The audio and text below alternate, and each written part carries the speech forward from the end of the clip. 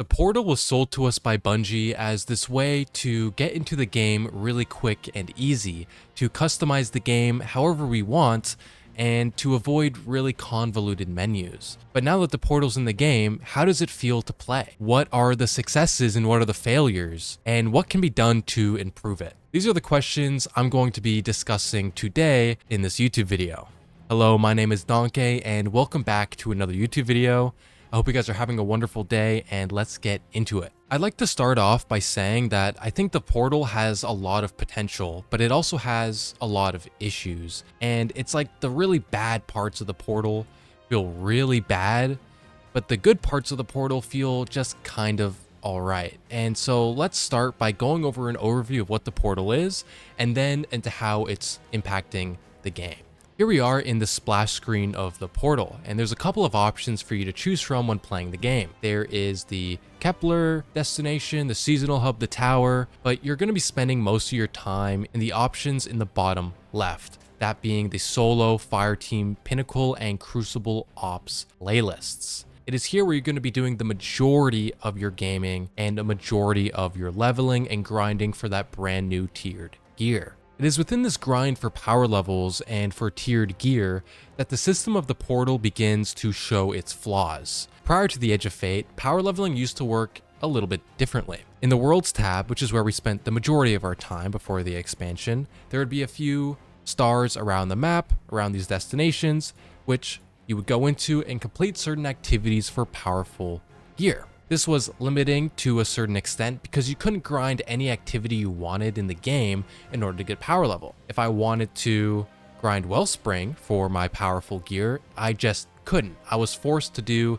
maybe the new raid or the new seasonal activity at the time. I couldn't do anything I wanted. The Portal sought to kind of bring a solution to this problem by allowing you to grind for power by doing any activity within the Portal. By opening up power leveling in this way and tying tiered gear to your power level, it has encouraged a type of grinding that is not very enjoyable to play. If you've been anywhere online or on the Twitch Destiny 2 directory, you may notice that most people are grinding two activities, that being K1 Logistics and Caldera Solo Ops. The reason why people are grinding these two activities so much is because they are by far the most efficient way to power level. Right now, the power grind is very intense and very long. If you want to get that tier 5 gear before our power level resets in Renegades, a lot of people are opting to grind as efficiently as possible.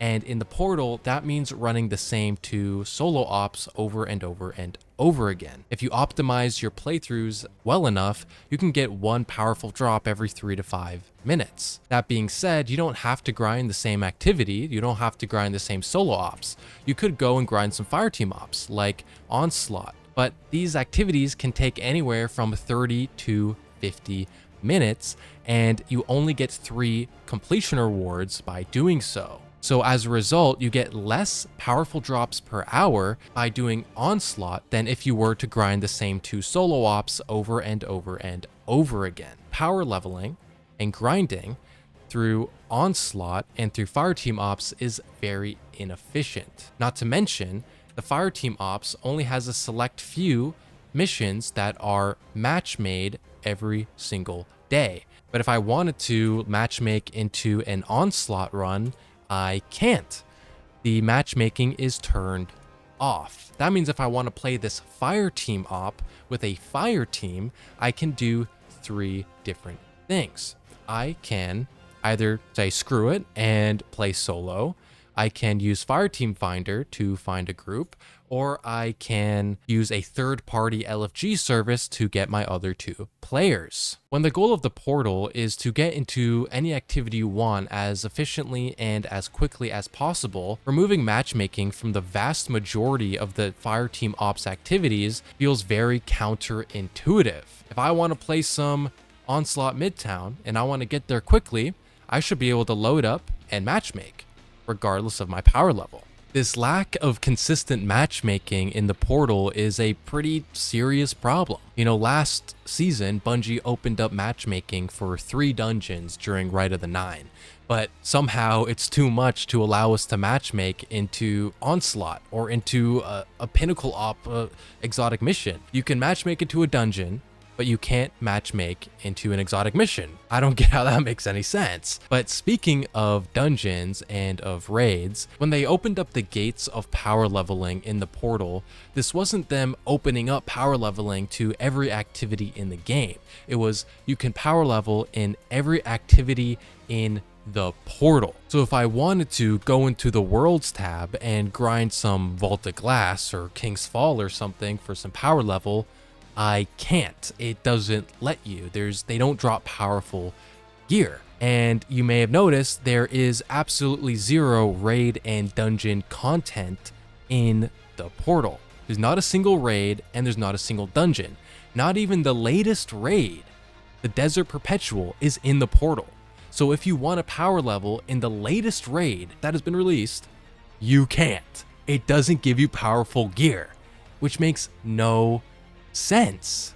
The fact that the latest raid isn't in the portal is a mind-boggling decision, because by excluding it from the portal, it is almost actively discouraging you from playing the newest raid and playing this activity until after you have finished your power level grind.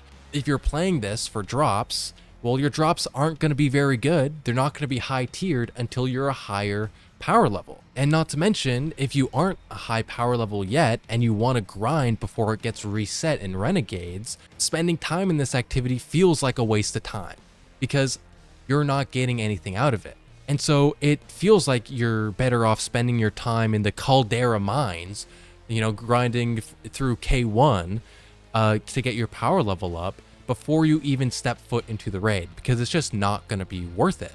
And so they're actively, in a way, whether intentionally or unintentionally, discouraging you from grinding, one of the best raids they've ever released, in my opinion. It's a very mind-boggling decision, and it's also very mind-boggling that there are no raids or dungeons at all in the portal. I know that Bungie has plans to add individual encounters from raids and dungeons into the portal, but from what I can glean, there are no, at least spoken, plans to add full raids and dungeons into the portal at the time, which is insane. Why in the world would you exclude some of your best content in the game from the portal, from power leveling? It doesn't make any sense. If you do one of the most prestigious and difficult activities in the game, that being raids and dungeons, it should feel rewarding. You should get something good out of it. You should get power level out of your grind, regardless of what it is. If I wanted to go and grind Vault of Glass right now for power level, I should be able to do it. If I wanted to grind Desert Perpetual for power level right now, I should be able to do it. If I wanted to go around on the EDZ shooting some dregs for power level, I should be able to do it. If you want to open up the gates of power leveling and go full unrestricted, allow us to do that. Don't limit us in a weird way by the portal. Your goal was to remove limits from power leveling, but the portal is just shifting the limits over. It makes no sense.